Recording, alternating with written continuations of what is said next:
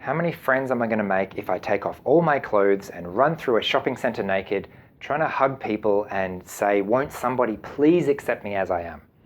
It doesn't work like that, clearly, does it?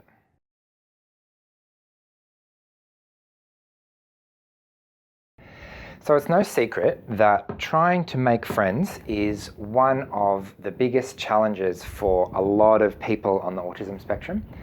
So today I'm going to share a little bit of insight into a couple of reasons as to why that is, and share what is, in my opinion, the absolute worst advice you can possibly give to someone on the spectrum who is trying to make friends and struggling to make friends.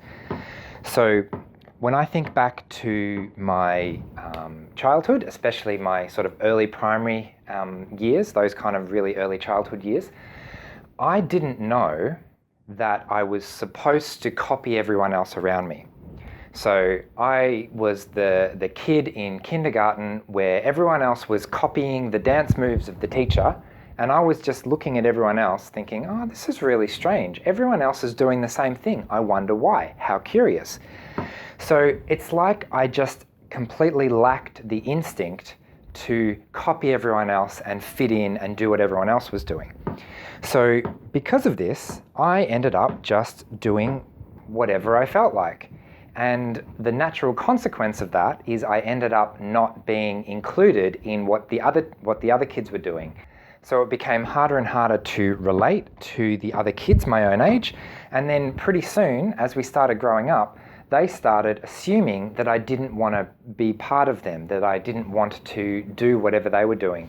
And that led to being on the outside and trying to figure out, for a lot of my life, especially my teenage years, looking from the outside, trying to figure out, how do I get in to this little community of other people? Because I desperately wanted to connect with other people and be included in that space, but I didn't know how to do that without just copying what everyone else was doing. So the natural reaction to that is to think that if I want to be included in whatever they're doing, I need to act like them and talk like them and be like them so that they can accept me and we can be friends. So maybe you can see where I'm going with this. Obviously, trying to fit in at all costs can create some significant issues. So much so that you may have seen on social media this week the hashtag Take the Mask Off, raising awareness for the toll that having to wear a mask and try to pass as normal can take on autistic people who feel that that is the only way that they're ever going to be accepted by society and have this connection to other people that we all crave as human beings. So with that in mind, I want to talk about a really common piece of advice that's actually really good for most people, but probably the worst thing you could possibly say to someone on the autism spectrum, and that is the advice to just be yourself and stop caring what other people think. Now, on the surface, that might sound like a really good idea, and if I'm trying to fit in at all costs, surely it's better to just be myself. However, if we dial this all the way back to the beginning, the reason that I am in this mess in the first place is because when I was really little, I didn't care what other people thought about me. And because of that, I wasn't trying to fit in, I wasn't trying to do what everyone else did, and I was 100% being myself without thinking of what the consequences would be for me socially to do that. So while 99% of the population probably does care too much about what other people think and probably does feel this inherent drive to fit in at all costs, I've found that people on the spectrum tend to be the opposite. And I know this was definitely true for me. I actually needed encouragement to do those socially acceptable things that everyone else took for granted. So interestingly, if the worst advice you can possibly give is just be yourself and don't care at all about what anyone else thinks, the next worst advice is the exact opposite, which is fit in at all costs, wear that mask, always perform in public. So let's remember what the goal is, right? The goal is to find a way to be connected and included and feel valued, loved, and accepted by the other people in our lives. I would like friends. I want to have meaningful relationships. I want to be employed. I want to have a place in society with other people. So if I don't care about what other people think, it's going to be almost impossible to achieve all that. But at the same time, if I care too much about what other people think, then I'm not going to be myself enough to form any genuine connection with another person. One of the things that I've learned in my journey towards emotional intelligence is that what other people think and feel about me makes a huge difference to how they treat me. People that like me will treat me better. People that don't like me will treat me worse. So obviously it's important for people to like me and to understand me. Otherwise, I will be treated unfairly by other people my entire life. And we all know what that looks like, right? Chronic unemployment, social isolation, right? The list goes on and it's really not pretty. So telling people to just be yourself and not care about what other people think, that's actually a really sad place to end up.